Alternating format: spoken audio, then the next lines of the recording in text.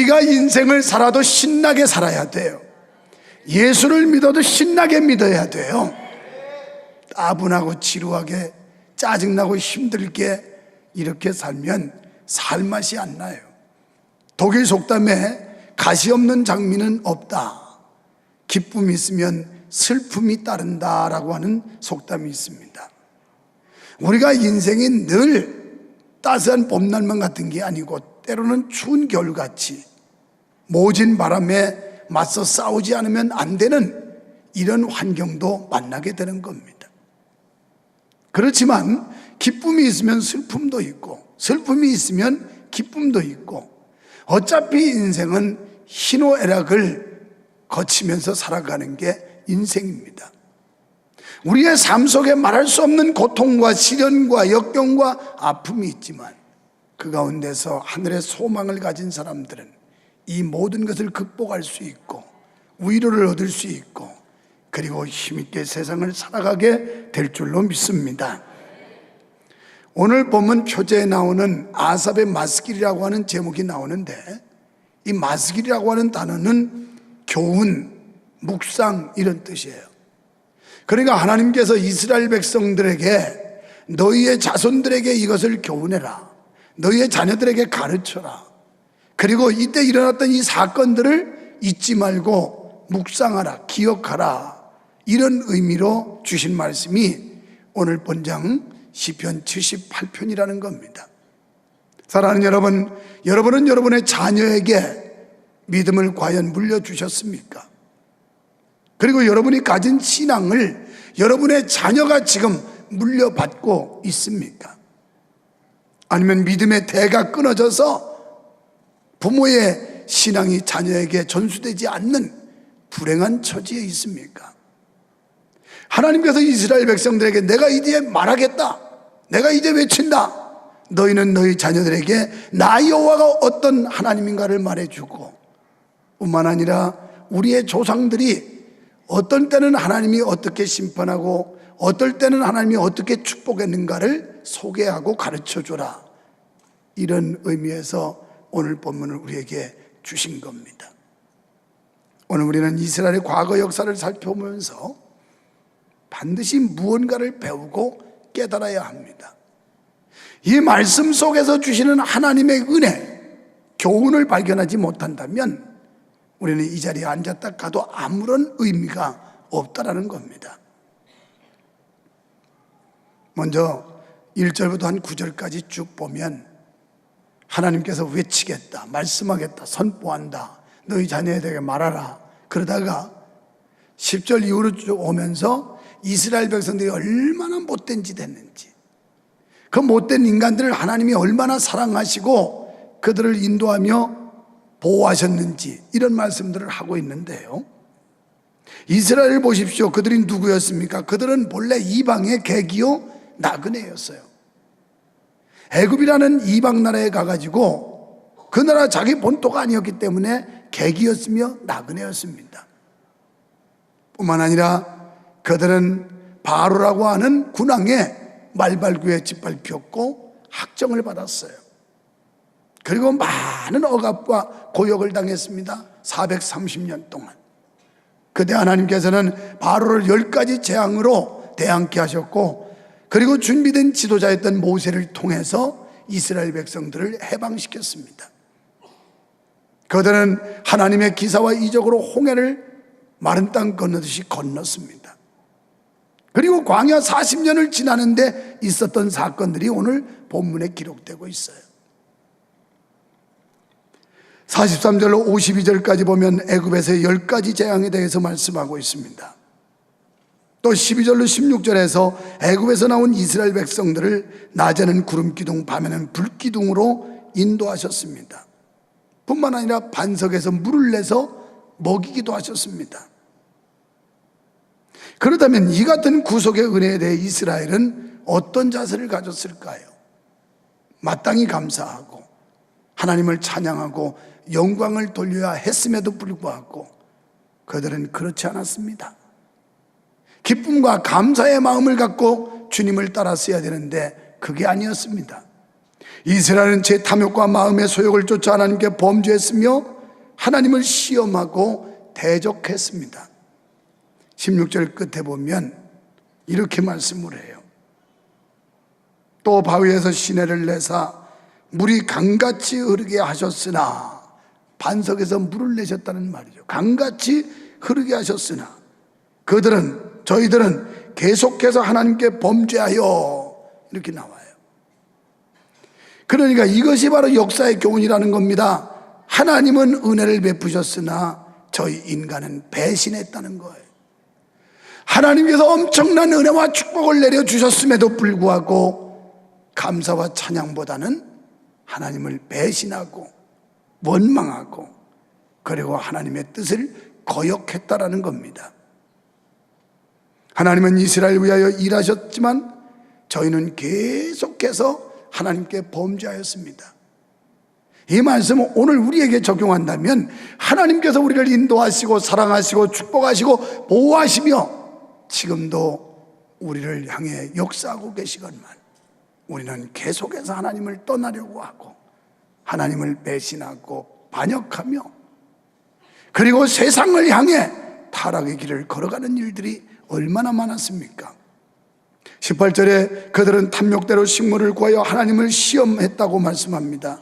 이것은 불경건이요 불신앙이에요. 하나님이 홍해를 가르고 또 바로에게 10가지 재앙을 가지고 대적하시고 광야에 들어온 이스라엘 백성들을 하나님께서 안전하게 먹이시고 입히시고 인도하시건만 그들은 그 역사를 믿지 못했습니다. 하나님의 이 위대한 기사와 이적, 사람으로는 도저히 할 수 없는 능력을 보고서도 믿지를 못했다는 거예요. 이것이 불경건이고 불신앙입니다. 오늘 여러분이 이 거룩한 장소에서 하나님께 예배를 하고 있지만 하나님의 능력에 대해, 하나님의 은혜에 대해 믿지 못한다면 그게 바로 불신앙이고 불경건입니다. 22절에 보면 하나님을 믿지 아니하였다고 말씀합니다. 42절에 그분의 권능을 기억지 아니하고 구속의 은혜를 생각지도 않았습니다. 범죄를 계속했는데 그것이 몇 번인고 이렇게 묻고 있어요. 한두 번이 아니란 말이에요. 자주 얼마나 많이. 40절에 보니까 하나님께 반항하며 하나님을 슬프게 한 것이 몇 번인고. 사랑하는 성도 여러분, 오늘 우리가 구원받은 하나님의 자녀로서 하나님을 슬프게 한 일이 몇 번입니까? 하나님께 반항한 일이 한두 번입니까? 지난 한 주간 속에서 말할 수 없이 많은 실수와 죄악, 타락과 부패, 배역한 이런 짓을 하다가 오늘도 주님 앞에 오진 않았습니까? 하나님께서 저희의 범죄에 대해 노하시면 회개하는 듯 하다가 환난의 때가 지나면 그들은 여전히 하나님을 거역하고 대적하였습니다. 예를 들면 사람이 중병에 걸려가지고 사선을 넘을 때 하나님 앞에 하나님 잘못했어요, 하나님 꼭 용서해 주시고 나의 죄를 사해 주시고 한 번만 살려주시면 제가 열심히 하겠습니다. 어금니를 물고 약속한 사람들이 이제 건강 되찾고 삶이 안정되면 내가 언제 그랬느냐는 식으로 등을 돌려버리는 이런 파렴치한 우리의 인생. 사업이 위태하고 힘들 때 그때는 하나님 앞에 엎드려 겸손히 기도하다 사업이 좀 안정되고 생활이 좀 넉넉하면 그때부터 신앙이 흔들흔들하고 교회를 멀리하고 하나님과의 관계가 소원해지는 이런 경험이 얼마나 많습니까? 어제도 어떤 회사를 얘기하다가 그 회사가 신앙으로 일궜던 유명한 회사로 소문났었습니다. 주일날은 절대 일하지 않는 회사였어요. 모든 점포까지. 그들이 이제는 그것도 온데간데 없어요. 큰 기업을 이루더니 오히려 감사해서 더 해야 될 텐데 큰 기업이 이루어지고 나니까 이제는 주일날도 문 다 열어버리고 장사하기 바빠요. 여러분, 잘 되면 더 겸손하게 하나님 앞에 감사하고 영광을 돌려야 옳은 거 아니에요? 오늘 여러분의 삶 속에 하나님의 은총과 축복이 함께해서 모든 삶이 안정되고 평화로우면 오히려 하나님 앞에 더 감사하고 찬양해야 합당하거늘 우리 인생들은 그렇지 않다는 겁니다. 여러분, 하나님은 죄를 용납하시지 않습니다. 21절에 그 노가 맹렬하여 이스라엘을 향하여 노가 올랐다고 했습니다. 얼마나 하나님이 화나셨는지 몰라요. 이 괘씸한 인간들, 못된 인간들, 내가 그토록 엄청난 일을 행해서 어마어마한 역사와 놀라운 축복을 주었건만 이 못된 인간들은 여전히 하나님을 불순종하고 거역하니 하나님의 화가 이렇게 끌어오는 거예요. 화가, 노가 올랐다고 그랬습니다. 그래서 그들에게 잠시지만 많은 어려움들을 겪게 하셨던 겁니다. 불신앙의 사람들에게 하나님의 진노의 하나님이십니다. 그러나 믿음의 사람들에게는 하나님은 자비의 아버지이심을 믿으시면 아멘 합시다. 여러분, 본문은 우리에게 은혜를 감사치 않고 배반하면 하나님의 진노를 사서 멸망을 부른다는 교훈을 보여주고 있는 겁니다.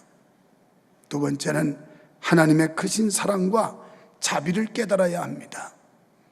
힘없는 나그네 백성, 보잘것없는 노예 백성을 하나님께서 오직 그 기쁘신 뜻을 쫓아 사랑으로 택하사 열방의 제사장 나라로 삼으셨습니다.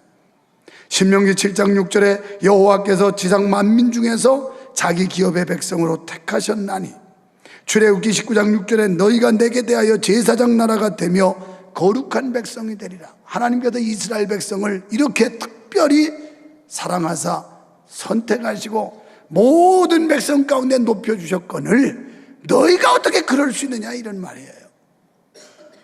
요즘 이 말씀을 직역해서 우리에게 적용한다면 세상의 수많은 사람 가운데 너를 내가 택하여 하나님의 자녀로 삼아 영생의 복을 주었거늘 네가 어찌 그럴 수 있느냐. 지금까지 너의 삶을 내가 인도해 주었고 지켜주었고 그리고 축복해 주었기 때문에 오늘이 있을 수 있었는데 네가 어떻게 그럴 수 있느냐.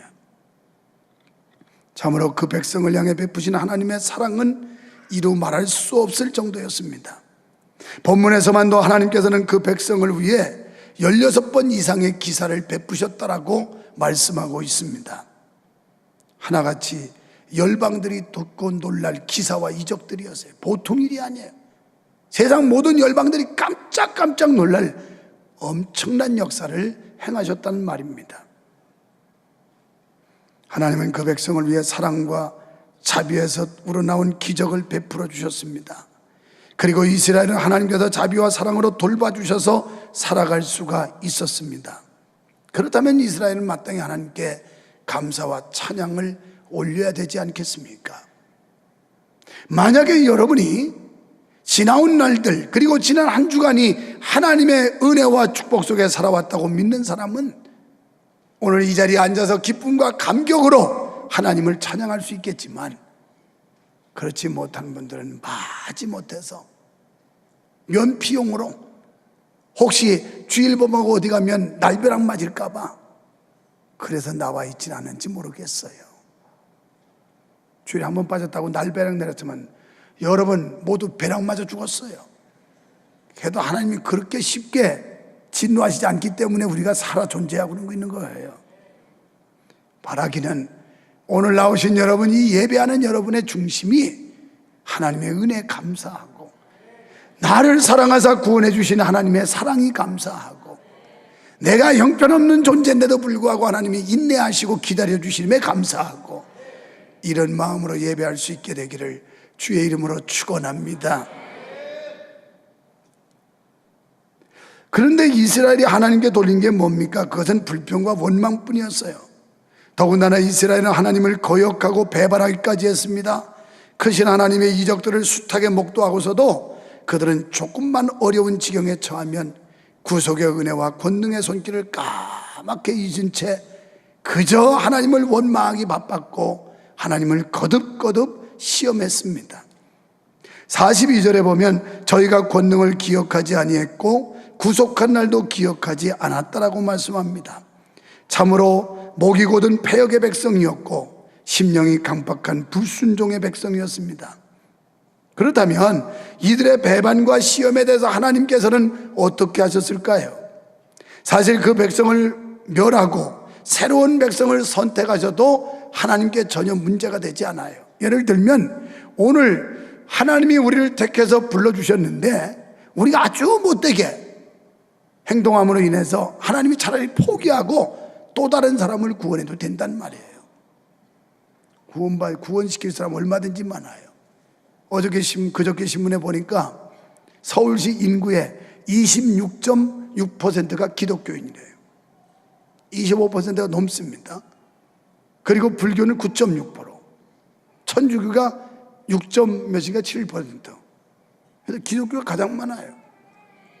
그래도 4분의 1밖에 안 돼요.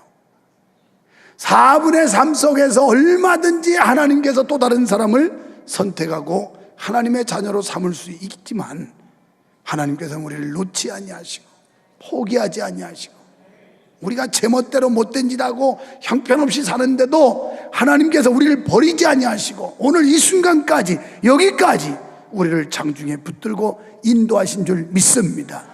이게 놀라운 하나님의 사랑이에요. 하나님의 엄청난 축복이에요. 이런 은혜를 받고서도 이스라엘 백성들이 깨닫지를 못했다는 겁니다. 신신당부의 부탁과 경고에는 불순종과 거역하는 백성, 거듭된 사랑과 자비에도 모든 것을 멸시한 것도 그 백성이기 때문에 버려도 되지만 하나님께서는 당신의 백성을 버리시지 않았다는 겁니다. 23절에 보면 그러나 하나님은 오히려 이러한 이스라엘 백성들에게 하늘의 문을 여시고 그들의 요구를 때마다 시마다 들어주셨습니다. 오히려 원망 불평 속에 있는 이스라엘 백성들에게 하늘 문을 열어서 만나를 비같이 내려주셨어요. 이것은 하나님의 전적인 은혜요 긍휼인 줄로 믿습니다. 25절 말씀대로 오늘날 우리도 이 은혜로 충족함을 받아 살아가는 하늘 양식의 사람들인 줄 믿습니다. 우리가 하루하루 살아가는 거, 이게 하나님의 은혜예요. 하나님께서 낮에는 구름 기둥, 밤에는 불 기둥으로 이스라엘을 지키시고 인도해 주셨던 것처럼 우리가 알지 못하고 느끼지 못하는 사이에 하나님의 돌보심, 하나님의 인도하심이 우리와 함께 하고 있는 겁니다. 만나를 먹은 백성들은 만나를 주신 하나님을 기억하지 않고 애굽의 고깃가마를 기억했어요. 그래서 우리가 애굽에 있을 때는 파도, 마늘도 고기도 먹었는데 우리를 여기 끌고 와가지고 그런 거 주지도 않는다고 또 불평해요. 여러분, 그 하나님이 그들을 위해 역사하셨던 이 사건들을 다 잊어버리니까 남는 건 불평불만밖에 없어요. 민수기 11장 5절에 우리가 애굽에 있을 때는 값없이 생선과 오이와 참외와 부추와 파와 마늘들을 먹는 것이 생각나거든. 옛날이 생각나니 은혜를 잊어버리니까 하나님의 이 은혜를 망각하니까 자꾸 옛날이 생각나는 거야. 교회 오기 전의 생각, 저 세상에서 죄 짓고 타락하고 이 생각. 이렇게 배신과 불순종을 거듭하는 이스라엘 백성에 대해서 하나님께서는 오직 자비하심으로 그 진노를 여러 번 돌이키셨습니다. 지금도 우리를 향한 하나님의 손길이 진노를 여러 번 돌이키시니까 우리가 여기 앉아 있을 수 있지, 즉각 진노했다면 우리는 벌써 다 끝났을 거예요.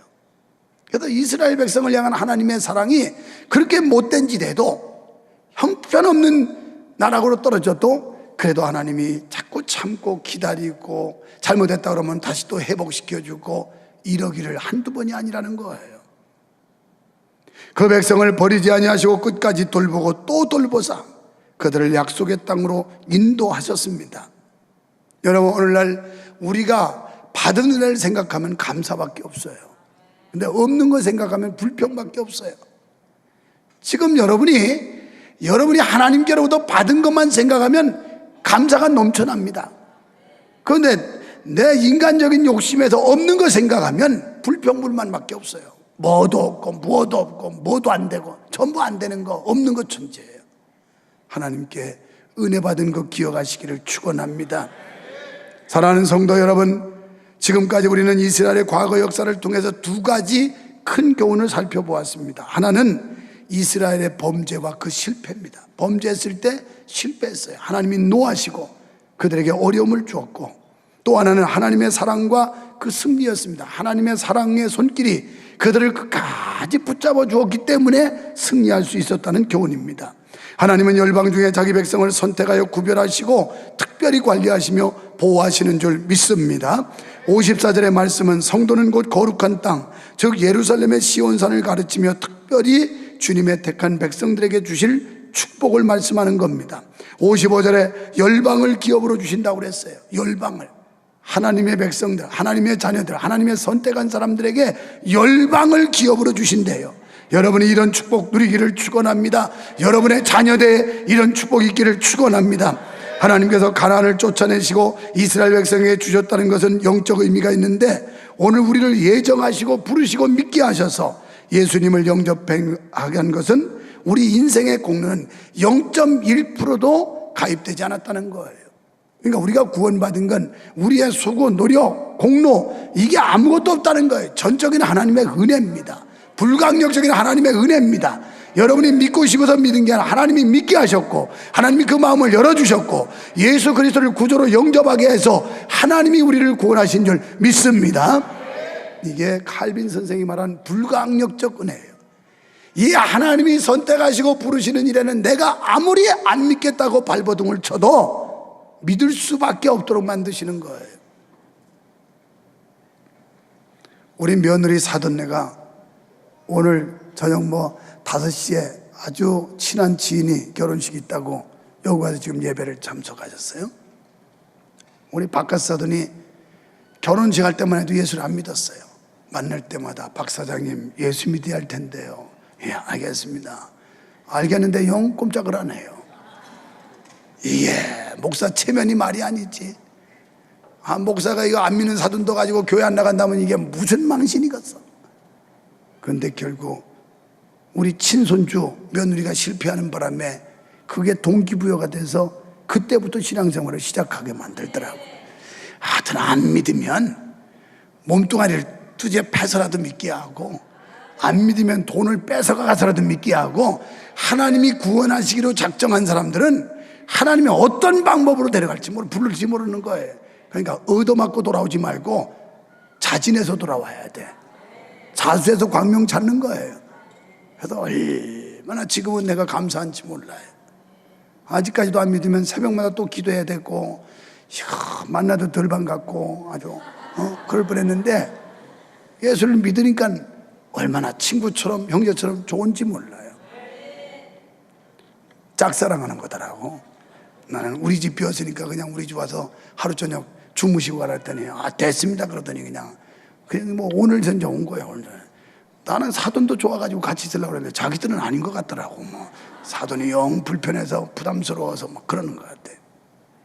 근데 나는 하나님이 전화위복, 친소주를 실패함으로 잃었을 때 그 슬픔과 아픈 가슴 이루 말할 수 없지만, 그러나 그 한 생명을 주고라도 하나님께서 인류를 구원하신 그 예수님의 사랑처럼 결국 그 한 생명을 실패를 통해서라도 하나님이 구원하시기로 작정된 사람을 부르시는 이 하나님의 섭리는 오묘하다는 것을 느끼게 되는 거예요.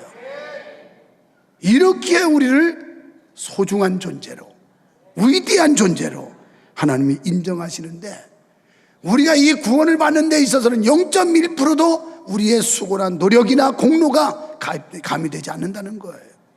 완전한 하나님의 사랑, 완전한 하나님의 은혜로 구원받는 줄 믿습니다.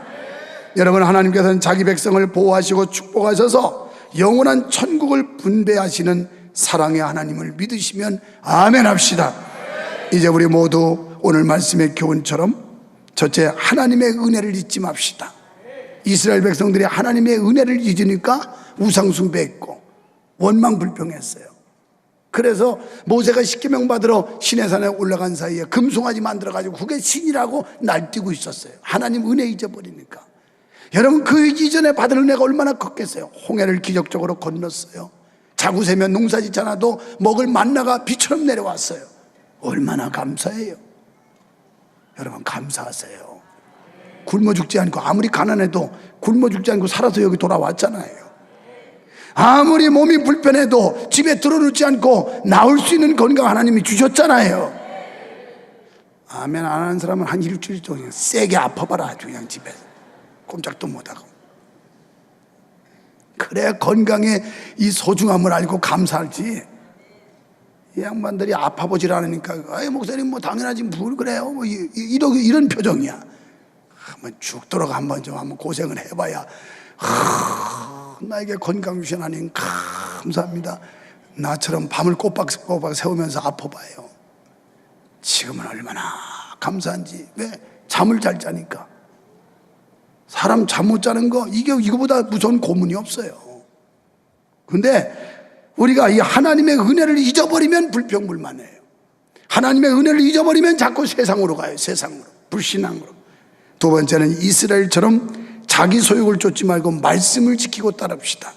이스라엘이 왜 그랬어요? 자기 소욕 때문이에요. 애굽에서 그 먹던 거 이거 생각나서 이전 것은 지나갔으니 보라 새 것이었도다. 우리가 예수 믿기 이전의 것들 다 포기해야 돼요. 잊어버려야 돼요. 거기에 미련 두면 또 돌아가요. 불신앙으로 돌아간다는 말이에요. 세 번째 왜 그럴까요? 소망을 땅에 두지 말고 하늘에 둬야 됩니다. 여러분과 제가 이 세상에 소망을 두는 한 우리는 만족할 수 없어요. 100% 만족이 없습니다. 어떤 사람은 이건 있는데 이게 없고 저건 있는데 이게 없고 모든 사람이 공평하지 않아요. 다 뭔가 부족함 속에 살아가는 거예요. 그런데 하늘의 영원한 천국 소망을 바라보면 그까짓 거 세상 거 불타 없어질 거 별로 그것 때문에 기분이 좌우되지 않는다 이 말이에요. 이런 사람이 진정한 천국 백성이고 하나님의 자녀인 줄로 믿습니다. 여러분 몸이 불편하고 물질이 없어 가난 때문에 힘들고 사업이 위태위태하고 직장에서 눈총을 받고 그럴지라도 우리가 하늘의 소망만 갖는다면 어떤 위기도 극복하게 될 줄로 믿습니다.